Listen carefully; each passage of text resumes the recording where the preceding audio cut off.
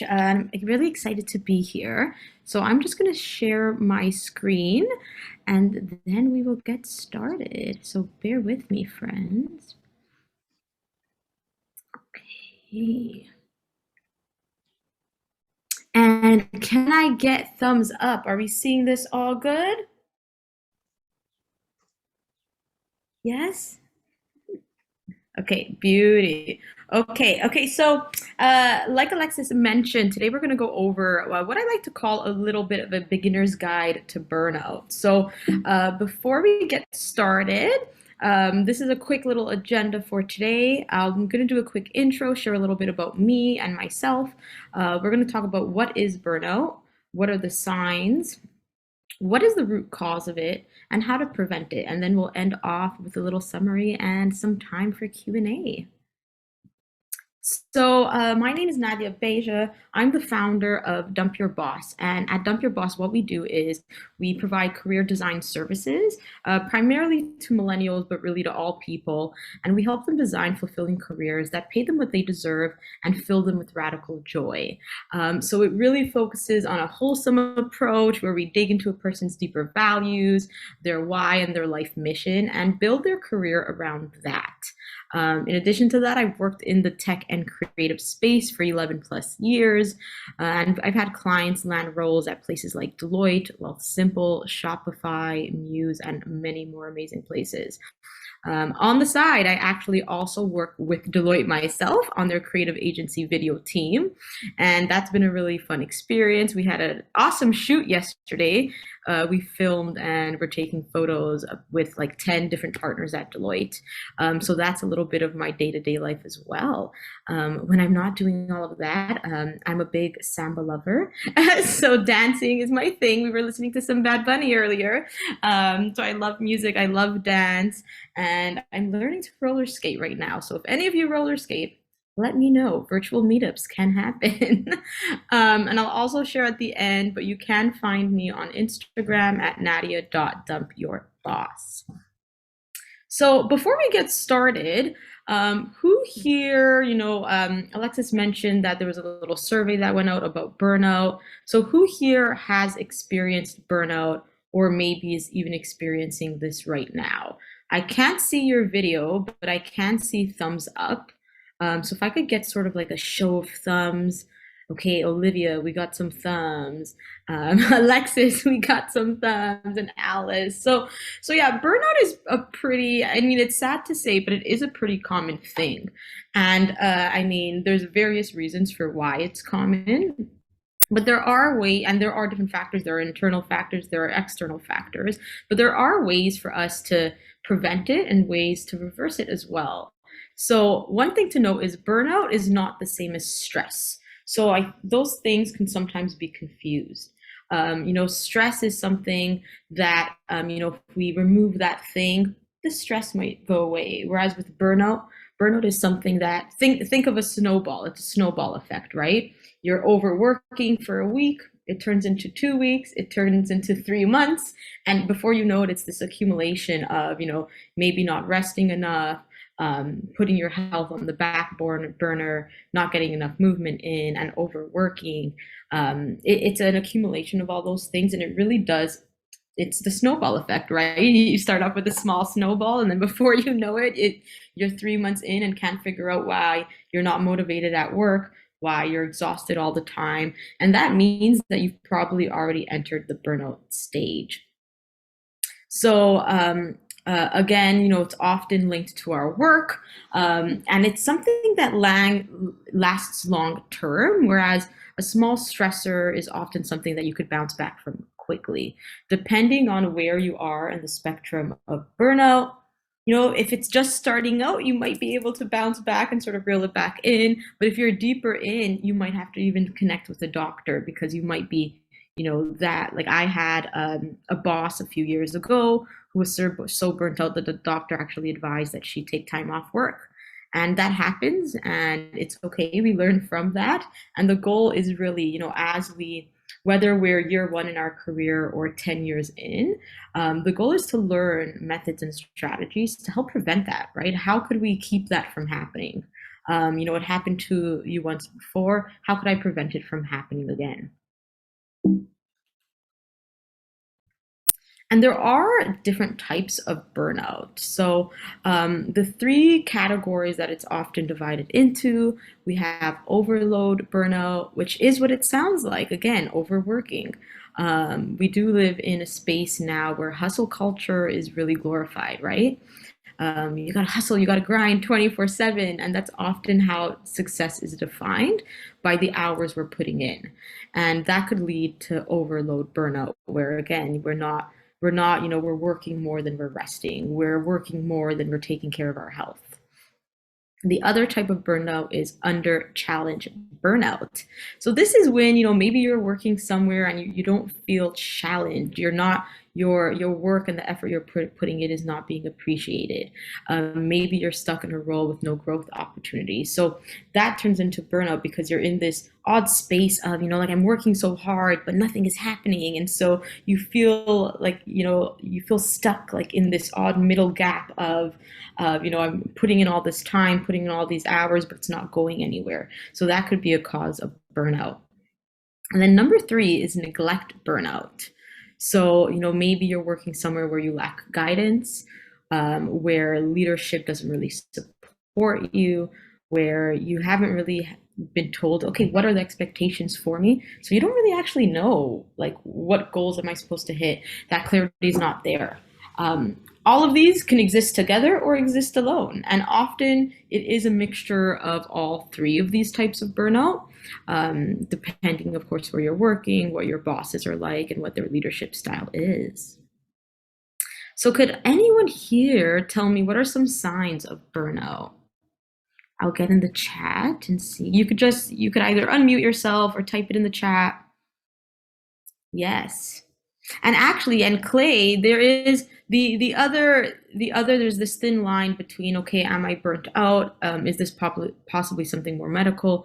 Am I suffering from depression? So I like to caveat all this with saying I am not a doctor or a physician, right? So if ever you feel like, maybe you are, getting upset more easily, those could actually be further signs leading into, or signs of, potential depression, which I think every human has experienced to some capacity. So just do be, mindful of that, and make sure, whether you're speaking to a therapist or a doctor, that you are having those conversations, because it is important.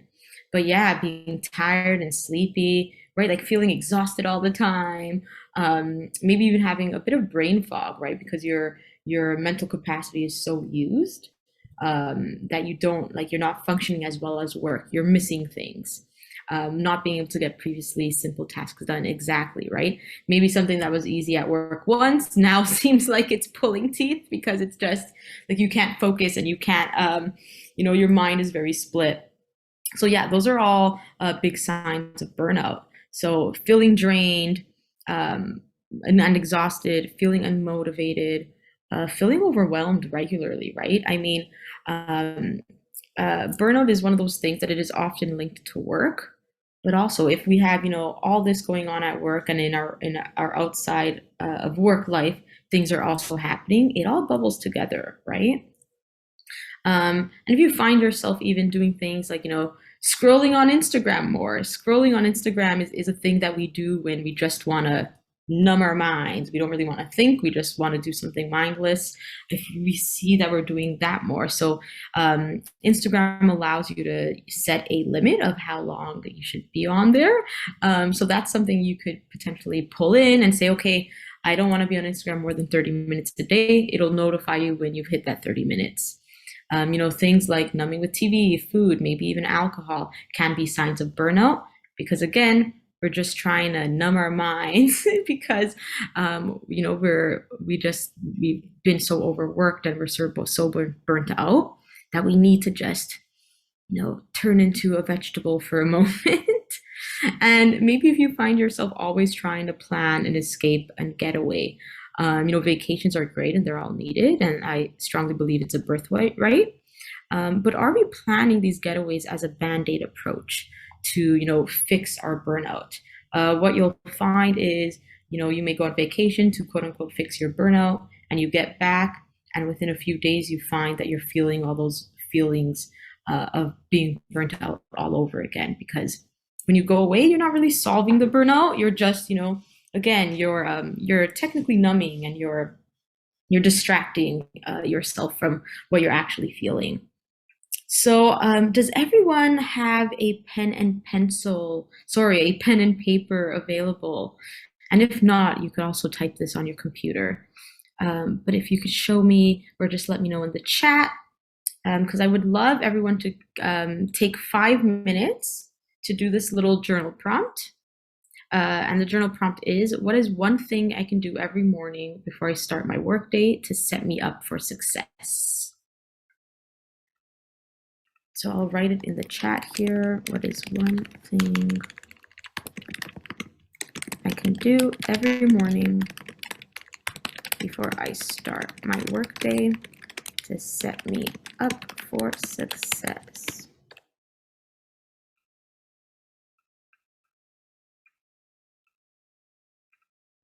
Yeah, Yannick Gomez is saying meditate.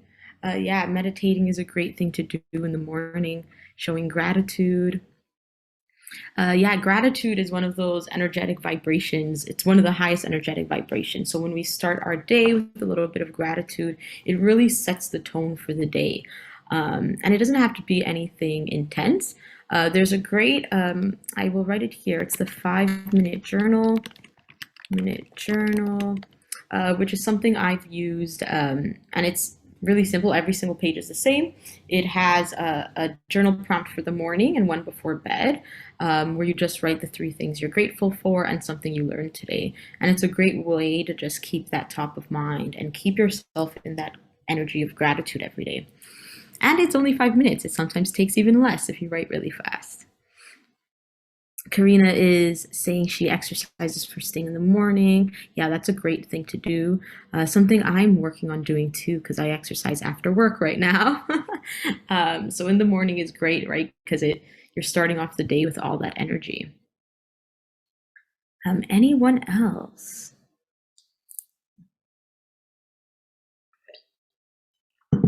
Awesome. Well, we'll move on. But yeah, starting your day off with something like this is actually a great way to help prevent burnout, because you're keeping your well being top of mind. And it's the first thing you're thinking about in the morning, instead of just, rolling over and jumping on your laptop, which, we're going to be honest here, I am guilty of doing often. So even for myself, um, whether we're the person teaching about burnout, we're still human and we make choices. And yeah, sometimes I roll out of bed and go straight on my laptop. So doing things like this, I find really help me, fill my cup right away in the morning and help me maintain a really good energy from the moment I wake up.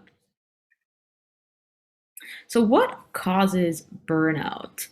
Um, Something interesting about burnout is that you're more likely to burn out when you're engaging in behaviors and actions and choices that go against your values.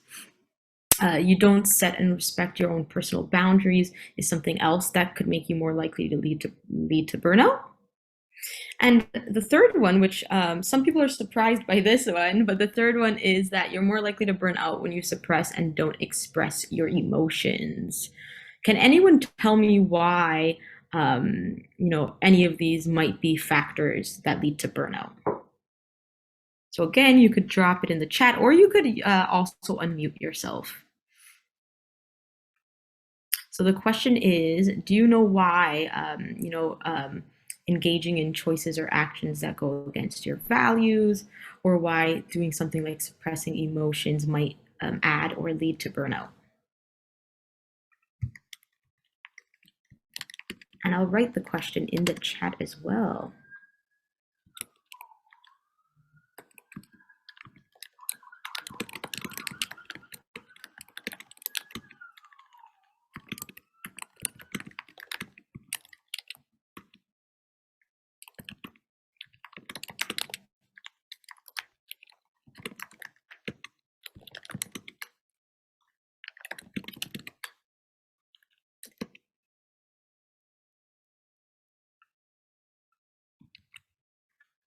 So Alexis is saying all those take more energy than confronting the issue right away.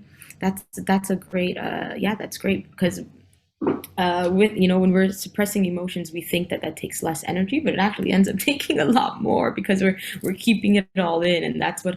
And then it's like a pressure pot. When you keep all that pressure in, it eventually explodes.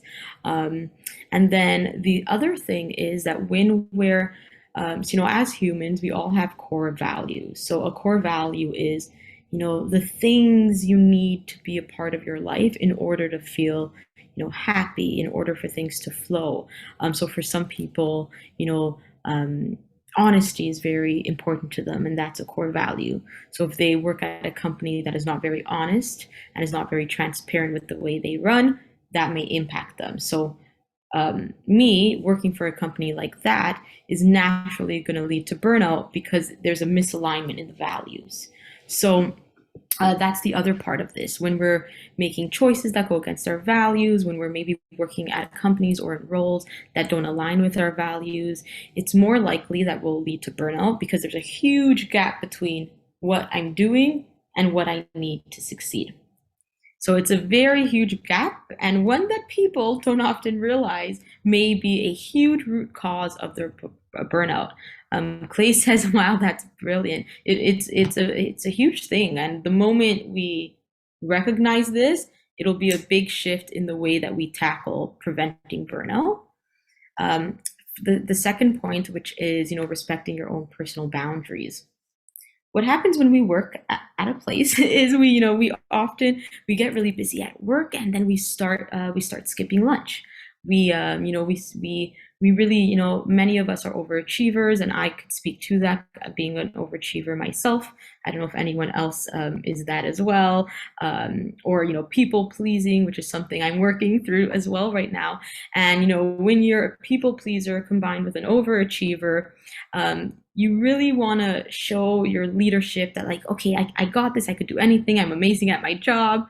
And so you may say yes to things when you don't actually have the capacity for it.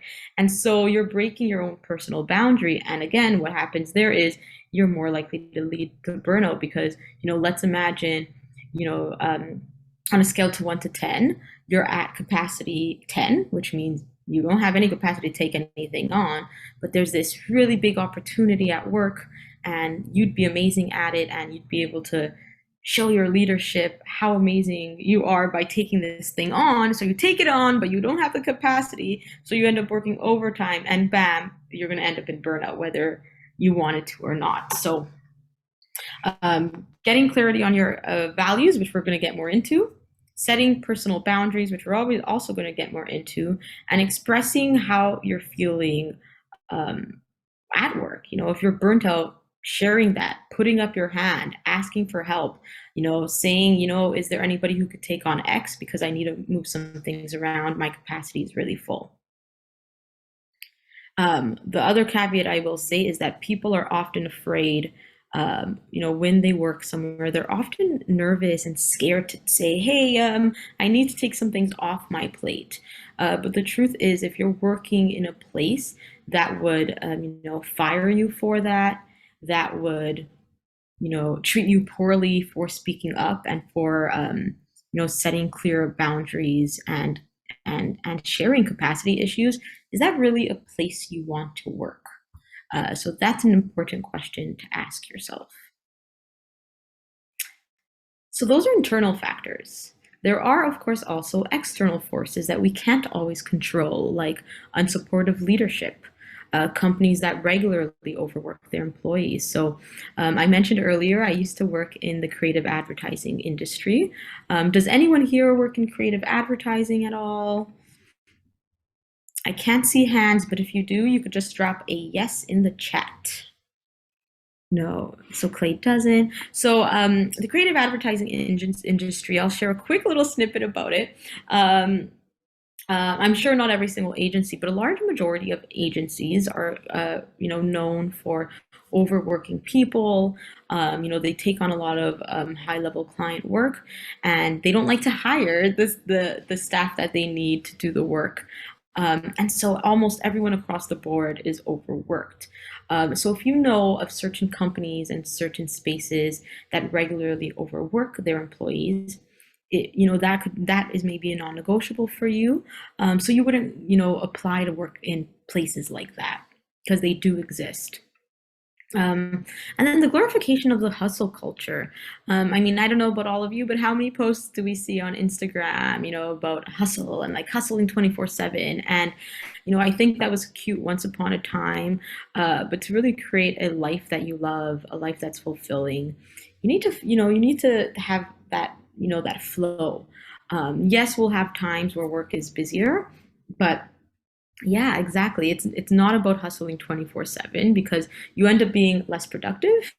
You end up getting burnt out. When you're burnt out, it'll take a lot longer to get back to your regular, programming. Whereas if you maintain a good level of work and life and joy and fun and rest, you're going to be more productive, right? In Sweden, for example, they have a 4-day work week, and research shows that the productivity of the people of employees there is much higher than this side of the world, because typically on this side of the world we work 5 days a week, we have 2 days of rest.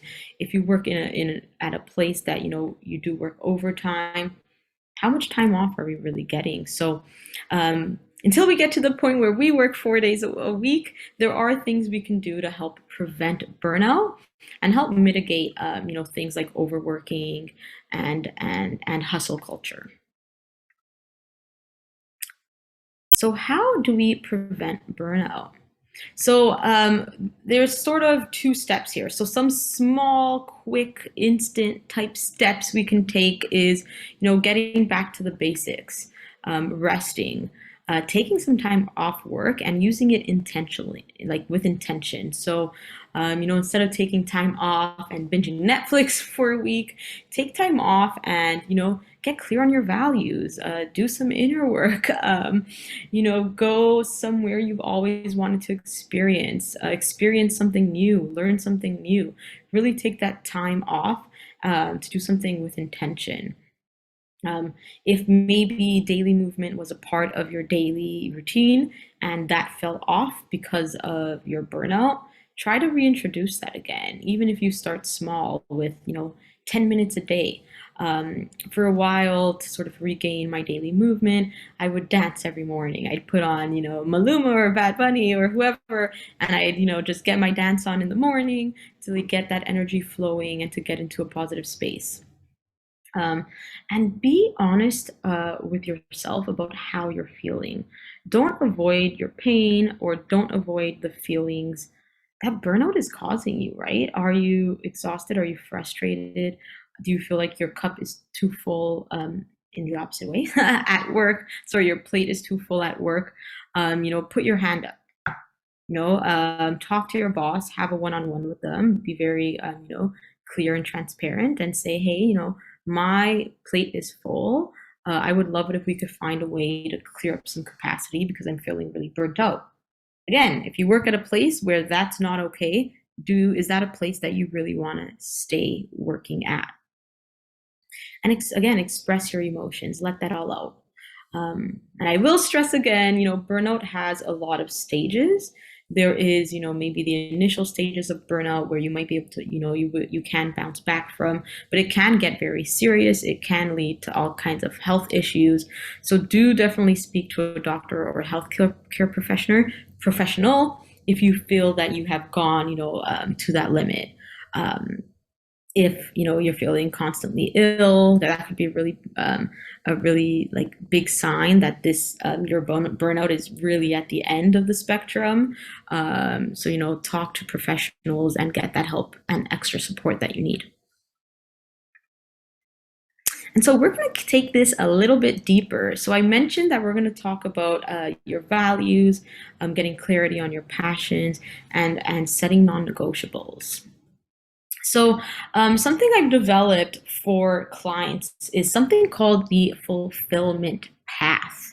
So, what is the path of most fulfillment? So, what the fulfillment path does is it helps you design your path of most fulfillment for your life. So, what does that mean?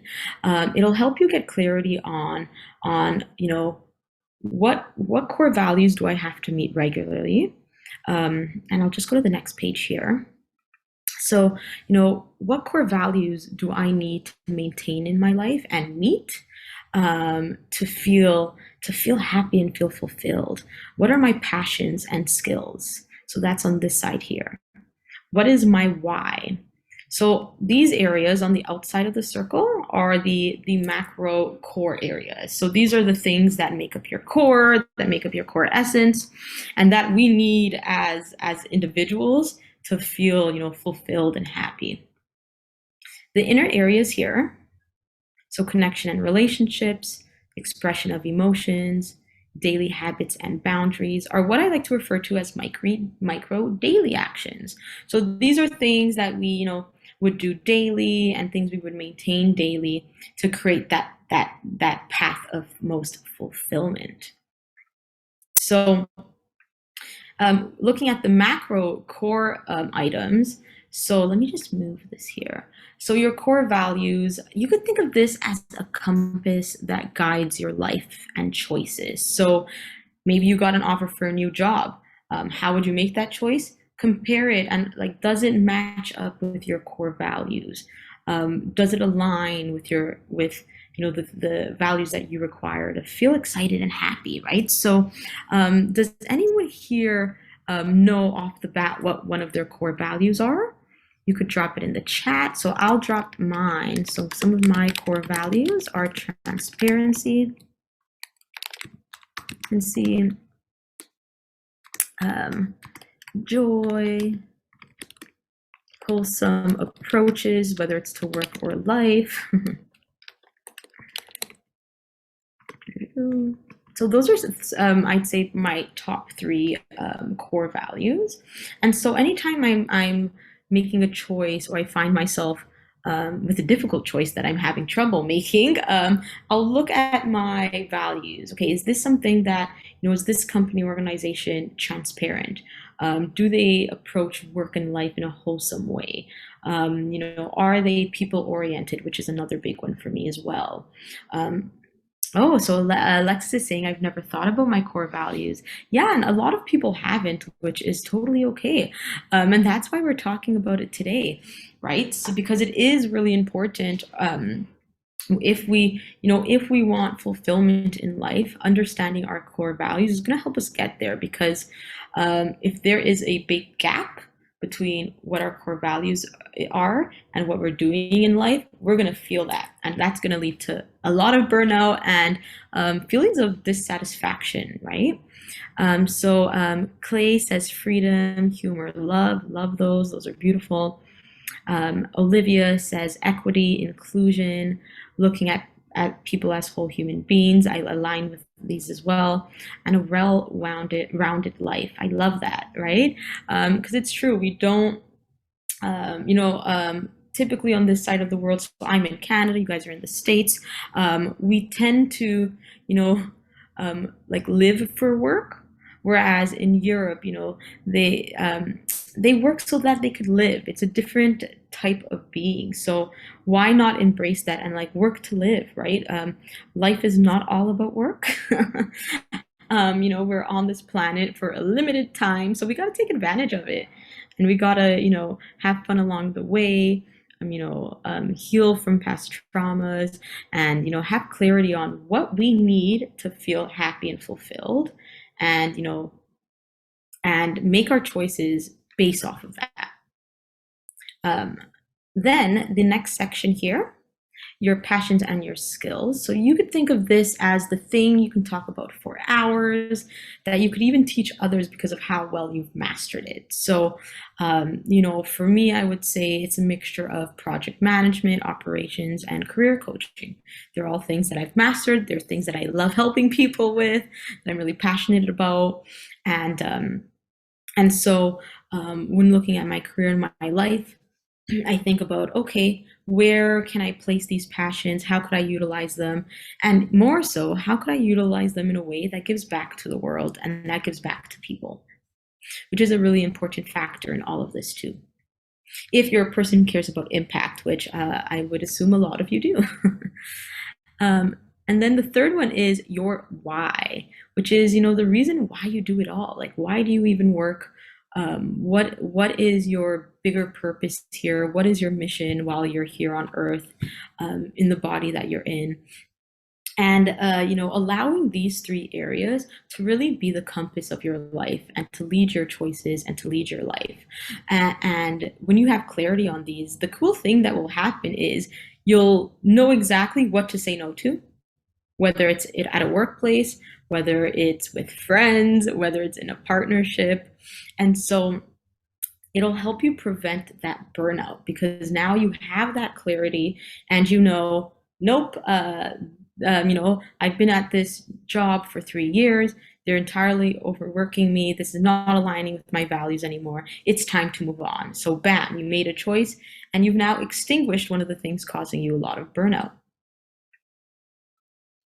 Does anyone have any questions about these three macro sections? If you do, you could drop it in the chat. Vice versa, there will also be time for questions at the end. So I'll give everyone a few moments. Any questions so far? Okay. If a question does come up, all good. You could save it and we could chat through it at the end. So next we have the micro area of this little chart. So connection and relationships. This one is a pretty straightforward one. As humans, we really need connection, right? And so you want to ask yourself, how am I filling this need? And when we talk about connection and relationships, it's not only with the people around us, but with ourselves, right? What kind of connection and relationship do I have with myself? Am I being the boss in my own life? Am I taking care of myself? If a friend were to share with me what I'm like, let's say I made a choice and I knew it wasn't the right choice for me, and a friend did that same thing, what advice would I give my friend? So when we think about connection, we want to think about, how am I connecting to myself daily? And how am I staying connected, and how am I building my relationships daily? Because that is something that, as people and human, we really need. So whether it's connection in community, with friends, family, or with myself, how are you maintaining that daily is a question you want to ask yourself. How will this help you prevent burnout? When we feel more connected, again, we feel more aligned and we feel more full, and we're less likely to make choices that are not good for us. The second one, expression of emotions. So something that I have, suffered with for a long time, and I'm still to this day working through, is suppressing my feelings, especially when I was burnt out. So, I learned that in expressing this, you release it. So, how are ways that you could express your emotions in a healthy way? Whether it's talking to a specialist, whether it is, again, putting your hand up at work and saying, hey, I need help. I need to remove some things off my plate. Be honest with how you're feeling, express that, don't keep it in. And that's part of, healing from it and releasing. Whether we are already burnt out or on the train to burnout land, in sharing it and saying it out loud, it makes that monster a little bit smaller. So this is something you want to practice daily, both within your work and within your life. And then number 3 is daily habits and boundaries. So one thing that happens when we're on the verge of burnout, on the way there, is our habits or our daily habits tend to disappear, or things we did for our health maybe end up being on the back burner. So this is a really important thing to really hone in on, right? What are your daily non-negotiables? Start off small. Maybe for you, it's 10 minutes of daily movement. Awesome. schedule it into your calendar if you need to, schedule it into your work calendar so that time is blocked, and really be mindful about committing to these non-negotiables. The other thing you want to do is set boundaries at work. So I'm going to actually read a few of mine I have written, so don't mind my eyes. So for example, um, some of my non-negotiables at work are, always taking a lunch break away from my laptop. Um, I schedule in the morning. I tend to block out an hour in the morning on my work calendar so that I have that hour just to tune into work, review any emails I missed from the evening before. And I keep my bedroom a work-free sanctuary. So, what are some work boundaries that you can start setting even tomorrow? Again, you could either unmute or you could drop them in the chat. So the question is, what are some non-negotiables you could set at work?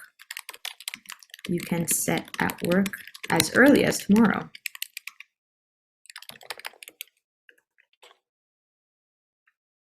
And again, it could be anything, and it could be different for everyone. So maybe it's similar to me, and it's setting yourself a set lunch break and taking lunch away from your desk. It could be, going for a walk before work, going for a walk every day at the same time in the middle of the day. So what are some non-negotiables you can set as at work? Yes, so Alexa says implementing 20-minute walks in my calendar. I love that, especially now that it's getting nicer out, taking advantage of the heat. Anyone else? Yeah, that's a great one. Being honest about how busy I am. That's a huge one, right? When we're honest about how busy we are and how full our plate is, that's when we could start to, unload, and hopefully other people that other coworkers can take work on, or we can start to, just offload things on ourselves. I'm not sure, Clay, if you work for yourself or if you work at a company, but yeah, being honest about how busy we are and putting a plan together on how we could mitigate some of that. So anyone else? Awesome. So yeah, so we'll continue, but yeah, those are both great non-negotiables, and then we could even, to make it more fun, you could set sort of set up a prize system for yourself. So let's say, okay, I'm going to commit to 20-minute walks every day. When I do this for 1 month, I get to buy myself a nice meal. I get to order Uber Eats. So you could almost, make it like compete with yourself. We tend to compete a lot with other people, but the only people we should be competing with is ourselves. So you could set yourself give yourself a little prize once you hit that 1 month mark, or they say it takes 60 days to create a habit. So set yourself 60 days and give yourself a little prize at the end as you start to hit these goals and hit these non-negotiables.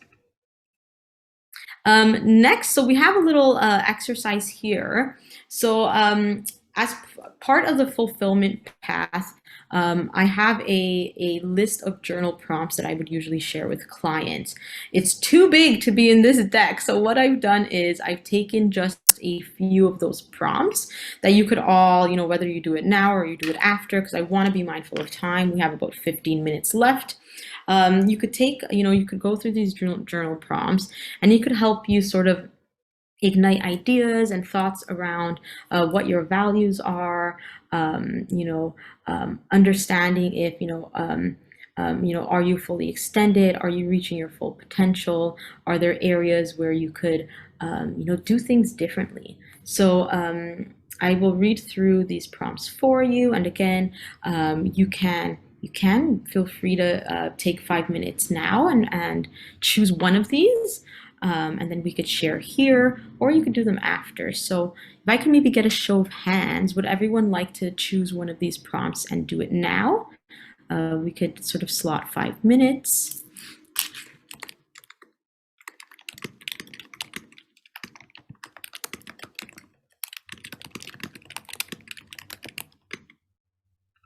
Okay, You know what? I think we have 15 minutes left, so we'll save these. You will get this deck, so you could go through all of these prompts. But some great questions to ask yourself are, what can my life not be without? So again, we talked about, I think it was Olivia who said, looking at people as whole human beings is really important to her. So that's something maybe your life can't be without. And so, when we're thinking about our career, we're going to think about companies where that is also an aligned value with them. Another question we want to ask ourselves is, where am I going and why am I going there? This will help you clarify your why. And again, your why will be part of that compass that leads your life and your choices. The fourth one is, am I realizing my full potential? Are there choices you're making, things you're doing, jobs you're working that maybe aren't aligned with your full potential? And how could you move towards hitting that full potential? What steps and choices can you make differently? And then, am I fully extended in my capabilities? So these are some great journal prompts you could go through. What I like to do is set a little timer. So let's say 5 minutes, and then I just do stream of consciousness, write it out without editing, and see what comes up. You'd be surprised the things that come out when you're sort of timing yourself and just letting it flow out. So in summary, here's a quick little step-by-step summary. Again, you will get this deck, so you will have all this info.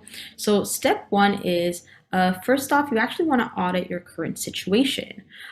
Something we do in project management at the end of a project is ask what is working well, what didn't work so well, and how can it be improved. So you could use those same questions to look at your current situation, whether you're feeling burnt out, whether you were in the past, whether you think you're on the way there, what is working well, what didn't work well, and how can it be improved. Step two, take it step by step. What is one small change you can make right now? So example, we had the journal prompts where we asked, what's one small thing I could do every morning to kick off my day with success before I start work? That's one thing you could start tomorrow. The second thing you could start tomorrow is choosing a non-negotiable at work and kicking that off tomorrow. Step three, advance the steps. Now we want to move into that fulfillment path. What other daily actions can I take? Taking it even deeper at step four. Going through what are my personal values, what are my passions and skills, and that can add an impact to the world. What's my why? Why am I doing all of this? What's the reason? Getting clarity on your daily habits and setting those up for yourselves, expressing your emotions, and staying connected with yourself, your community, and others.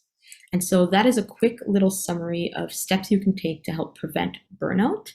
And also, if you're already experiencing burnout, go through these steps too, and it'll help you get out of there. Again, the last thing I will say is, if you do feel you are at the end of that spectrum and you find yourself getting sick a lot, definitely speak to a professional, whether that be a doctor, a therapist, or both, and get that extra support that you need.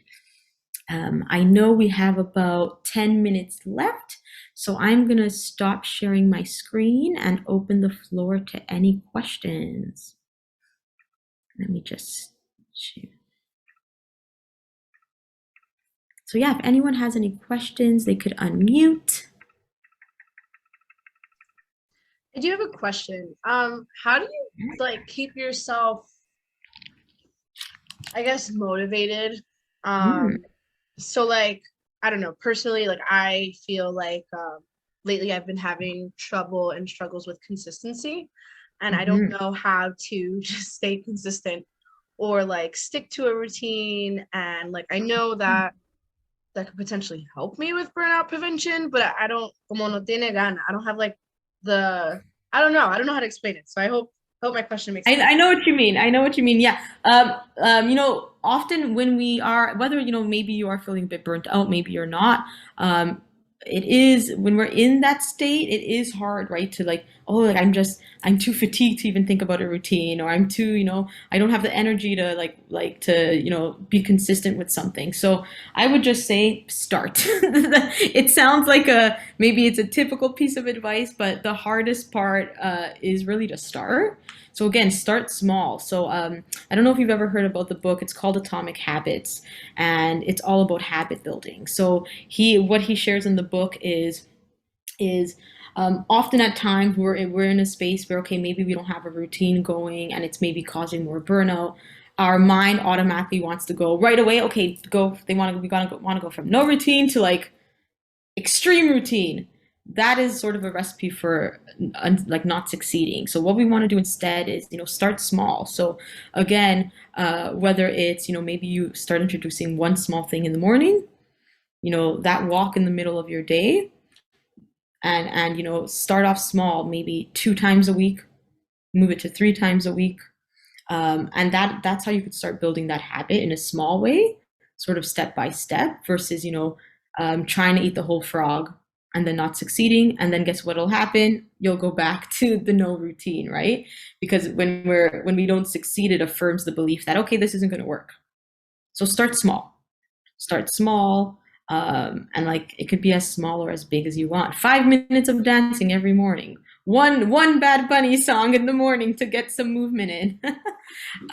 So I that would be the what I would say. Start small and then sort of move it up from there. The second thing that could help is do that award system for yourself. So let's say, okay, if I stay consistent with this for 2 weeks, this is my small prize. If I stay consistent with this for 3 more weeks, this is my small prize. And it could be small little things like, okay, maybe you wanted a new notebook, right? So that could be a prize that you give yourself. So take small steps, and yeah, you could maybe engage some kind of prize system for yourself. Okay, awesome. Thank you. Yeah. And then was there another question here? Don't really enjoy anything. I guess I like the gym, but I can't really think of other stuff. Um, no, Clay, that's not weird at all. I mean, sometimes we got to rediscover what it is we like, right? Um, maybe even going for a walk, like doing something that we don't do often, or doing something different. I don't know if they have them. I don't know where you're based, Clay, but there are these places that you could go and like break things. And sometimes that helps ignite, like new thoughts, or doing something you've never tried before, to see if it's something you like. If we don't know what we like, a good way to figure out what we do is to try 10 different things.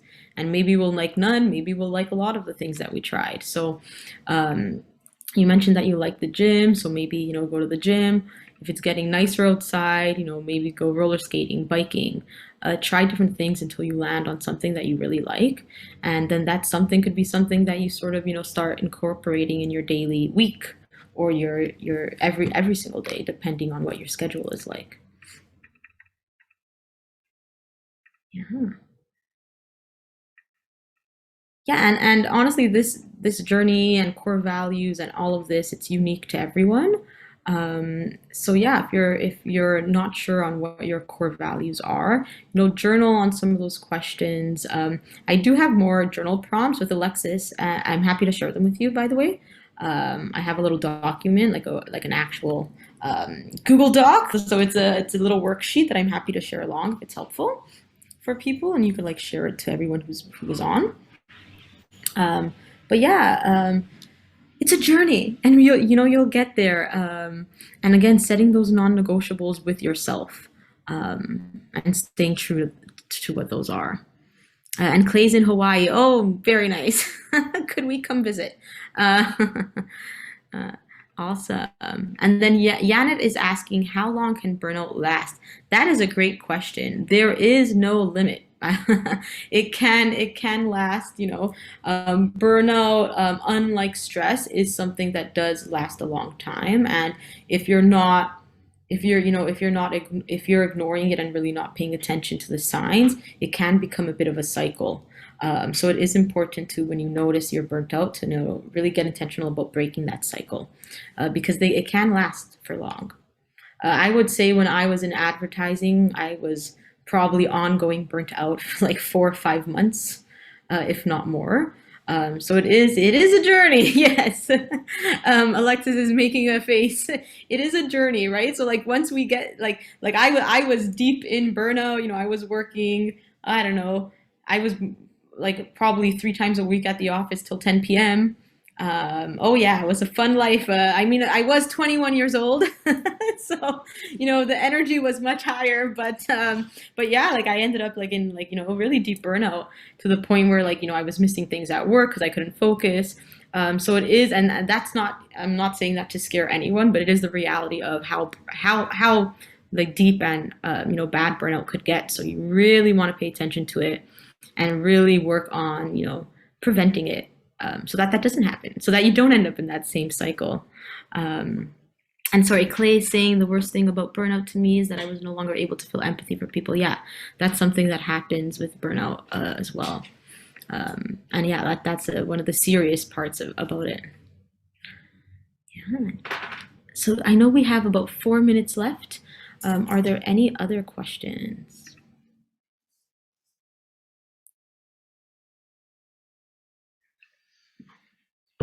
Again, you could unmute or you could drop it in the chat.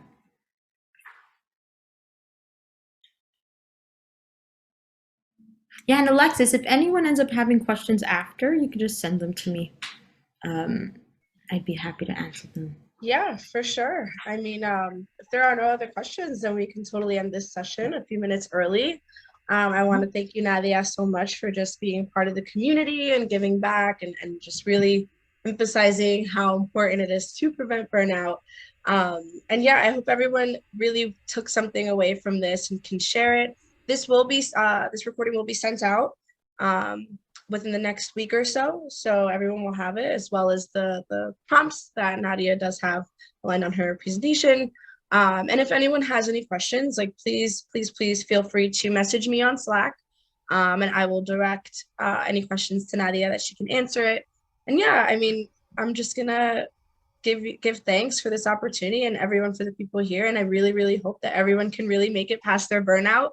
And go for a walk, go eat healthy, go Go get some air, get some right. movement in. Yeah, Yeah, for and if sure. anyone has any questions, like again, also feel free to reach out to me on Instagram. So I'm at Nadia dot your boss. You could also just search my name, Nadia Beja, and I usually am the first one to pop up. Awesome. Thanks again, Awesome. Nadia. And I hope everyone has an amazing day. Bye, everyone. Having me. Bye. Bye. Thank you.